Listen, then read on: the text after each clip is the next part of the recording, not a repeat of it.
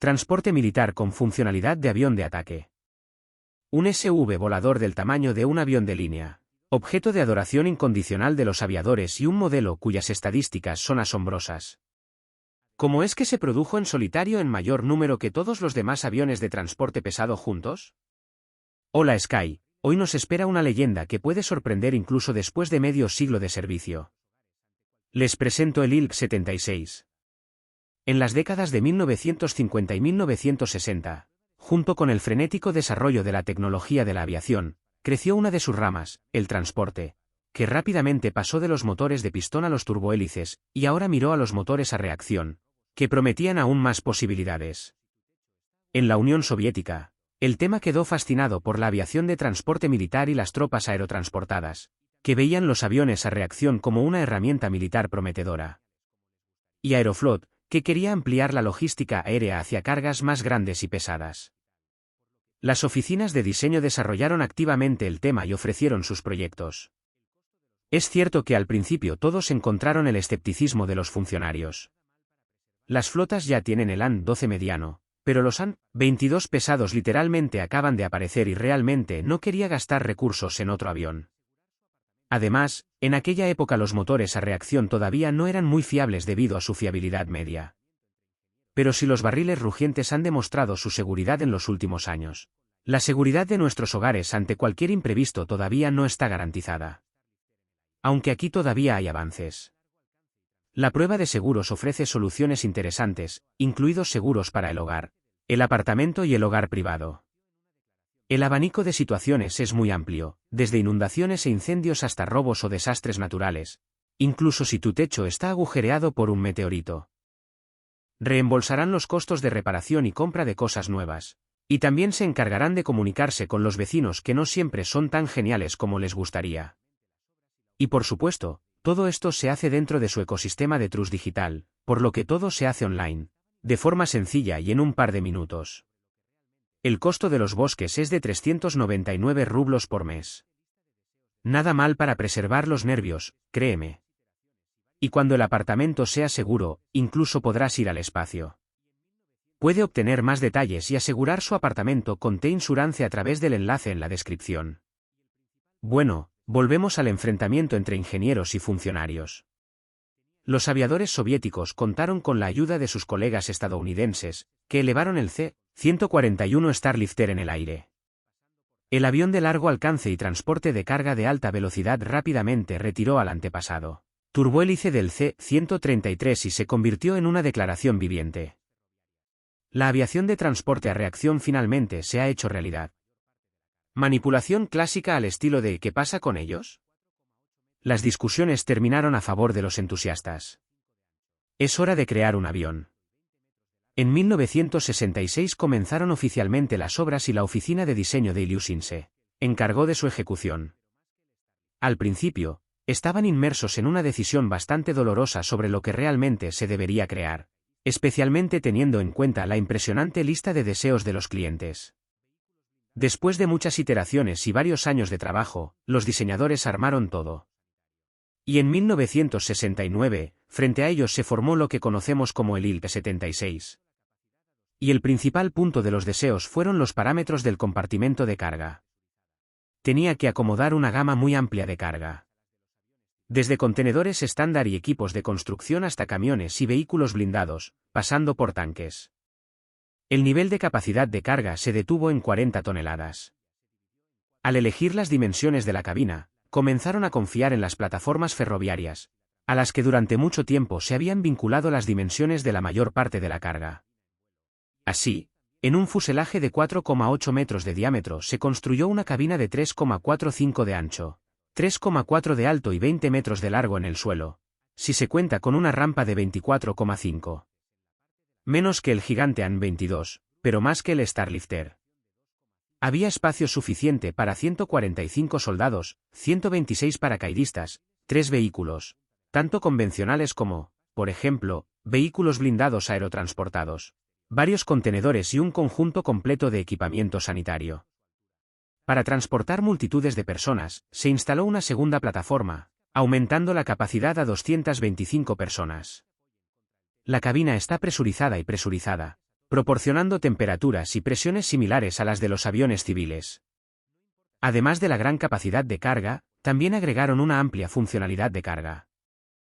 Para aumentar la abertura en la cola, se levantó y la escotilla se dividió en 4 secciones. La rampa desciende, 2 hojas divergen hacia los lados y la trampilla central se eleva. En el interior hay otra trampilla que sella la cabina en vuelo, y en el suelo también se eleva hacia arriba. El suelo de la cabina está reforzado con titanio y equipado con sujetadores y rodillos. Aquí todo es arrastrado y levantado por un par de cabrestantes en la parte delantera y 4 polipastos, grúas con una capacidad de elevación de 2,5 toneladas, instaladas sobre rieles bajo el techo. Además, los carriles se prolongan hasta la punta de la cola, de modo que los polipastos pueden salir, levantando cargas casi desde el exterior. También puedes jugar con la rampa, ajustando su altura, tanto en preparación para la carga como durante el proceso. Es capaz de levantar, por ejemplo, tramos largos para que no se apoyen contra el techo al entrar. Gracias a todos estos métodos, IL es capaz de hacerlo todo por sí solo. No importa si trabaja en un enorme aeropuerto metropolitano o en un sitio de tierra en medio de la nada. Por supuesto, un avión de aterrizaje debe poder operar con carga en el aire. Los paracaidistas aterrizan en 4 corrientes.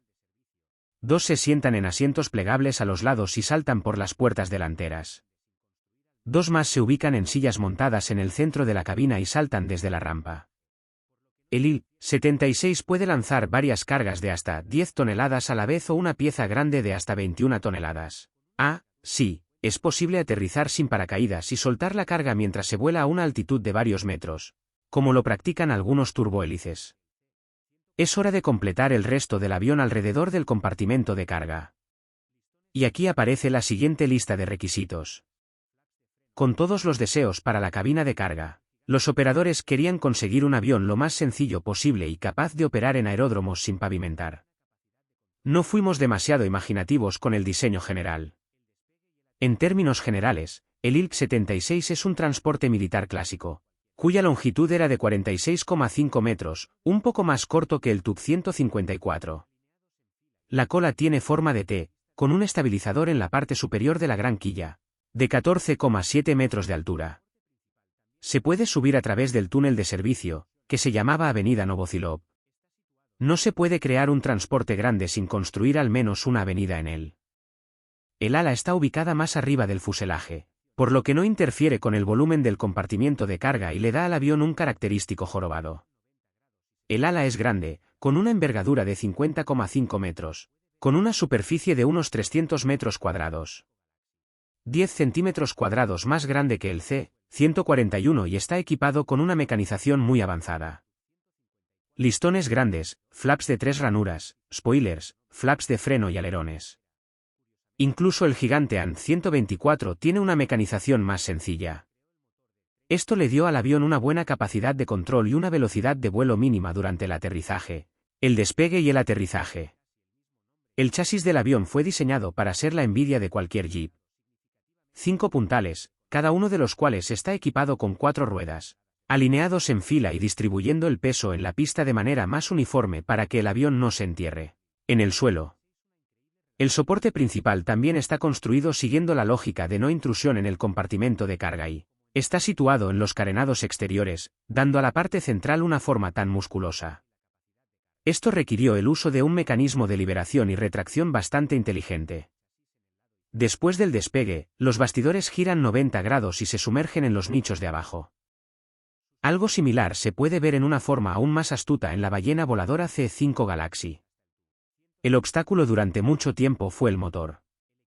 La opción obvia, el NK-8 del TUC-154 y el IL-62, no era lo suficientemente económica, y una alternativa era, curiosamente, el DET-30 del TU-134, a partir del cual se creó el motor de 30 kp, que pasó al IL-76. ¿Cómo te va en la base? Del original solo queda casi el mismo nombre y algunas soluciones. El motor ha aumentado significativamente su eficiencia y economía, y su empuje ha alcanzado las 12 toneladas de fuerza. Eso es mucho. Los 4 motores bajo el ala le dieron al IL-76 una increíble relación empuje-peso para su clase y excelentes parámetros tanto en vuelo, también en maniobras, como en despegues y aterrizajes. Y también espacio para seguir aumentando la masa y la capacidad de carga. La unidad de potencia auxiliar está ubicada en el carenado del chasis en el lado izquierdo. Este es un bloque Ta-6A. Clásico. Sus parientes se pueden encontrar en la mitad de las aves soviéticas y rusas, desde el MiG-26 hasta el Tu-160. Al crear el avión, el equipo de Ilyushin estuvo muy atento a las personas que trabajarían con él, dándole al 76 una ergonomía elegante. Desde cómodos alojamientos para la tripulación y una variedad de herramientas útiles hasta un sinfín de escotillas que facilitan el mantenimiento del sistema. Para un avión militar parecen pequeñas cosas, pero se ganan el cariño de los aviadores, incluidos ellos. Ya podemos encontrarnos con el primer miembro de la tripulación en el compartimento de carga. Tecnología de equipos aerotransportados, cuyo lugar de trabajo se encuentra en la parte delantera. Hay dos puertas al lado. Uno conduce a los sanitarios centrales. Nudo, aseo, segundo a la cabina. La cabina tiene 2 pisos. Debajo hay un montón de equipamiento a bordo y el puesto de trabajo del navegante, cuyo acristalamiento proporcionaba un magnífico panorama desde el interior y una sonrisa característica desde el frente. En la cubierta superior hay un pequeño baño y la cabina principal de la tripulación, donde se encuentran el comandante, el copiloto, el ingeniero de vuelo y el operador de radio. El acristalamiento es de la familia Ilyushinsky, dividido en muchas secciones, como el Il-62. El sistema de control es bastante inteligente y tiene muchas funciones. Accionamientos hidráulicos autónomos, capacidad de cambiar entre propulsores y control manual y cableado mecánico duplicado. Sin duda. En este punto, creo que vale la pena recordar otro conjunto de requisitos militares, principalmente las tropas aerotransportadas. En su visión, el avión tenía que poder atravesar la línea del frente, incluso a bajas altitudes por debajo del radar, y realizar operaciones de aterrizaje detrás de las líneas enemigas, defenderse e incluso atacar. Sí, todavía estamos hablando de un avión de transporte militar pesado, por lo que algunas decisiones, a primera vista, extrañas provienen de aquí. Por ejemplo, el navegador, en teoría, podría estar sentado en la cabina principal y no tener que bloquear la posición inferior con un cristal. Pero se calculó que en condiciones de bombardeos, supresión electrónica y explosiones nucleares, el equipo podría no ser capaz de hacer frente, y un navegador con una buena visión general sería más fiable. Tampoco escatimaron en tecnología. A primera vista, se crearon sistemas de control excesivamente confiables no tanto para el funcionamiento normal como para situaciones de combate. Incluso el sistema de combustible recibió un generador de gases de escape especial que, al desplazar el oxígeno, debía evitar que el queroseno explotara en los tanques en caso de daños. Un camión normal realmente no necesita esto. Los sistemas restantes se pueden enumerar durante mucho tiempo. Dispositivos de comunicación y navegación de varios tipos, control automático, guerra electrónica, radares y trampas de calor, 2 radares, un radar meteorológico en el morro y un radar de orientación y navegación debajo, etc. Esto no fue suficiente, el Il-76 también estaba armado. En la cola hay otra cabina, un artillero de aire, equipada con 2 cañones GSH, 23 de 23 milímetros de doble cañón, y debajo del ala hay soportes para colgar bombas aéreas. El avión de ataque tiene el tamaño de un transatlántico principal.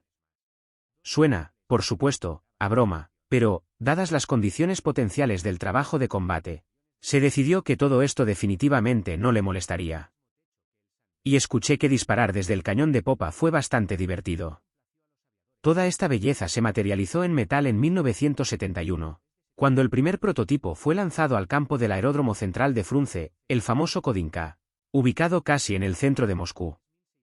En marzo, el avión realizó su primer vuelo en ferry hasta el aeródromo de Ramenskoye, cerca de Moscú, donde comenzaron las pruebas. No escondieron el avión y en el mismo 1971 lo enviaron al Salón Aeronáutico de Le Bourget. El Il-76 voló allí junto con muchos de sus hermanos, incluidos el Tu-144 y el B-12. El Concorde lo recibió allí y el DC-10, el L-1011 y el C-5 llegaron del extranjero. Hubo muchos estrenos, fue una exposición fructífera. Pronto recibí el índice Kensit de la OTAN. Las pruebas continuaron. Desde 1973, se han sumado a vuelos 3 aviones más, 2 de los cuales ya se consideraban de producción. Fueron ensamblados en el sitio de la planta de aviones de Tashkent, donde nació el Il-76 bajo el mismo techo que el Sun-22. Durante las pruebas, el avión complació a los aviadores con sus características. La velocidad de crucero es de 750 a 800 km por hora, el techo es de 12.000 metros. La autonomía oscilaba entre 3.600 km con carga máxima y 7.300 km, en vacío con el depósito lleno. Por supuesto, hubo algunos registros. El Il-76 levantó varias veces cargas que pesaban más de 70 toneladas, y con una carga mínima, saltó fácilmente su techo, aterrizando paracaidistas desde altitudes de más de 15 kilómetros. Y había muchas historias de ese tipo, los registros de registros se llenaron rápidamente en los primeros años. El rendimiento de despegue y aterrizaje no fue menos impresionante. Jugar con la mecanización, los motores y los frenos dio sus frutos. La velocidad mínima del monstruo de 157 toneladas era de solo 210 km por hora. Para correr era suficiente entre 1,5 km y 2 km de pista, y para correr menos de 1 km. El Tu-134, que era 3 veces más ligero, necesitaba carriles más largos. Se cumplieron los requisitos para aeródromos sin pavimentar. Si no hay pantanos, bosques o barrancos, se puede trabajar. Es cierto que esta sencillez tuvo un precio. La estructura reforzada, la mecanización inteligente, el chasis y un montón de equipamiento elevaron el peso del lado vacío a 88 toneladas. Por ejemplo, su suave homólogo, el SIG-141, pesaba solo 65 libras. La carga útil nominal inicialmente resultó ser modesta, unas 28 toneladas. Los ingenieros fueron a lo seguro, pero prometieron una solución rápida. ¿Qué suceda? Finalmente, en abril de 1976, el Il-76 se puso oficialmente en servicio y los clientes quedaron encantados con él. Los ilusinitas inmediatamente se dedicaron a subsanar las deficiencias y realizar mejoras. Ya en 1978 apareció el Il-76M, que pesaba hasta 170 toneladas y era capaz de levantar de forma rutinaria más de 40 toneladas de carga. En 1981, el desarrollo avanzó con la llegada del Il-76MD de largo alcance. Ya pesaba 190 toneladas. La capacidad de carga aumentó a 50 y la autonomía alcanzó los 4.200 kilómetros con carga completa y los 7.200 kilómetros con 20 toneladas de carga. Además, los motores se han actualizado para que sean más confiables y eficientes en condiciones de vuelo en condiciones de calor y grandes altitudes. La aviación de transporte jugó un papel importante en la estrategia de guerra frontal en Europa, y la mayor parte de la flota Il-76 tenía su base en las regiones occidentales de la URSS. Y esta misma estrategia fue la respuesta a la pregunta, ¿por qué se construyeron en cantidades tan grandes? Para operaciones a gran escala se necesitaba una gran flota. En 1980 había alrededor de 150 aviones, en 1985 casi 300 y a principios de los años 90 ya había más de 450. Para los aviones de transporte militar pesado, estas son cifras enormes. Por ejemplo, la producción del SIG-141 se detuvo en 285 unidades, y el SIG-17, que apareció ya en los años 90, adquirió una flota de 279 vehículos. Y esto a pesar del amor del ejército estadounidense por comprar equipos en grandes cantidades. Afortunadamente, no tuvimos que probar estrategias épicas, pero ILA aún tuvo su bautismo de fuego. En Afganistán, donde los transportes tuvieron un muy buen desempeño. Además, la eficiencia quedó demostrada no solo por sus capacidades de carga, sino también por su funcionalidad especial. Un ejemplo sorprendente de esto puede considerarse la llamada entrada afgana. Los episodios más peligrosos para los grandes aviones que vuelan en zona de guerra son los despegues y aterrizajes. Las aves imponentes a bajas altitudes y velocidades eran un blanco fácil para los tipos con aguijones que se habían instalado cerca de los aeródromos. Y tratando de reducir al mínimo este periodo peligroso, los pilotos idearon una maniobra especial.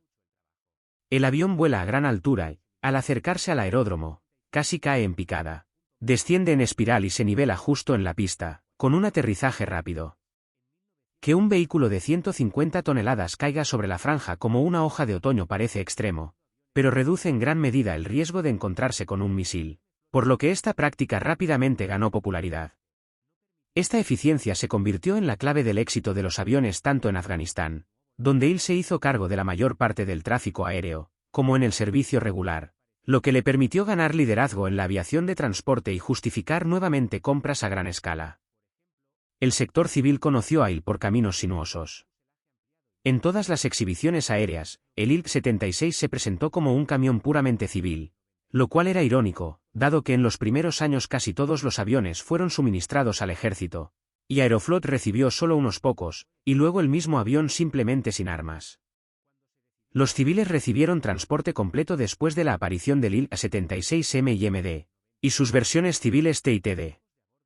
Estos vehículos ya estaban en pleno uso, transportando no solo cargas grandes y pesadas, sino de todo en general. Dado su tamaño y capacidad de carga, IL resultó ser más rentable que todos sus parientes. Aquí puedes agregar otra respuesta a la pregunta sobre números grandes. Un concepto especial de transporte de carga soviético. Las aerolíneas comerciales convencionales transportan carga en aviones de pasajeros con modificaciones apropiadas, unificando la flota y reduciendo costos. Por eso, por ejemplo, los aviones de transporte militares estadounidenses casi no tienen versiones civiles. Simplemente no hay demanda para ellos. Aeroflot, en una economía planificada, compartía roles. Los pasajeros volaban en sus propios aviones y la carga, por su cuenta. Aquí surgió la demanda de versiones civiles de transportes militares. Y la demanda es grande. A finales de los años 80, la flota civil del IL-76 constaba de unos 100 vehículos. Si se añaden unos 120 más que exportó la Unión Soviética, las cifras se vuelven aún más impresionantes. Y además añadir modificaciones especiales, de las que ya tiene mucho. Ártico, bomberos, rescate, hospitales voladores, laboratorios voladores, simuladores de ingravidez para astronautas, bloqueadores, aviones de recolección de telemetría IL-976, puestos de comando aéreo IL-82, aviones cisterna IL-78, aviones AWACS AT-50 e incluso láseres voladores AT-60. La plataforma ha demostrado ser increíblemente versátil. En la década de 1990, IL tuvo que pasar por la prueba más dura, el colapso de la URSS, al que muchos de sus hermanos no sobrevivieron. El IL-76 sufrió graves daños. La planta principal de Tashkent se encontró de repente en un estado independiente y la destrucción de las cadenas de producción dificultó mucho el trabajo.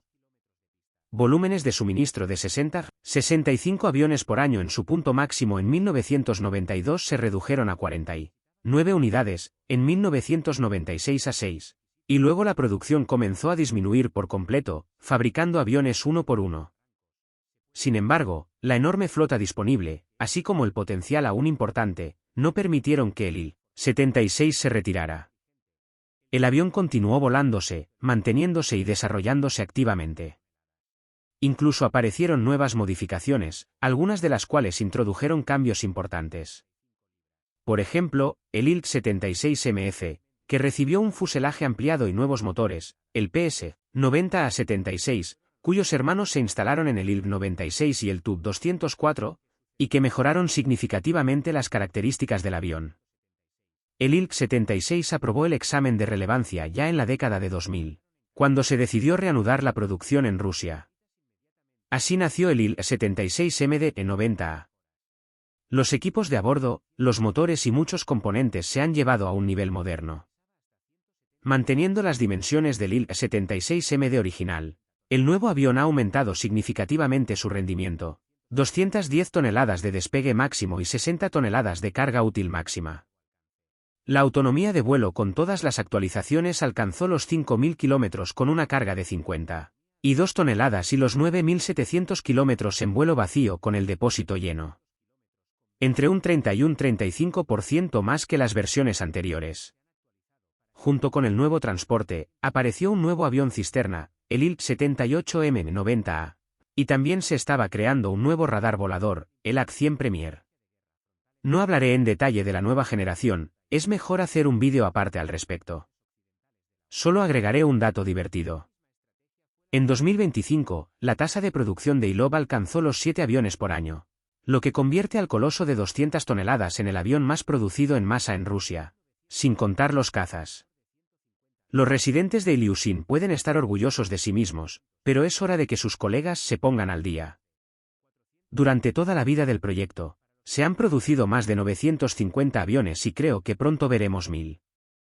Bueno, el Ilk-76 honestamente ganó el título de uno de los aviones soviéticos más exitosos, que demostró su valía y sigue siendo relevante incluso medio siglo después de su nacimiento.